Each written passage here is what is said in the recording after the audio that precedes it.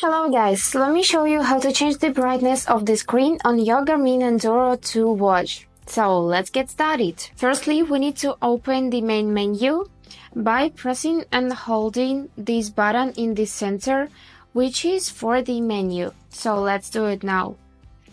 And now scroll using your finger, or you can use this button, which is button down like this.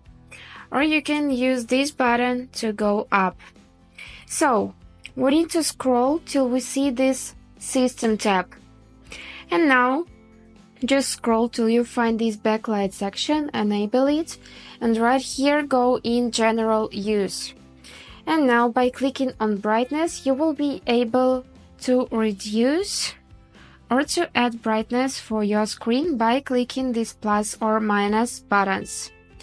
And also you can set brightness for during sleep by clicking it.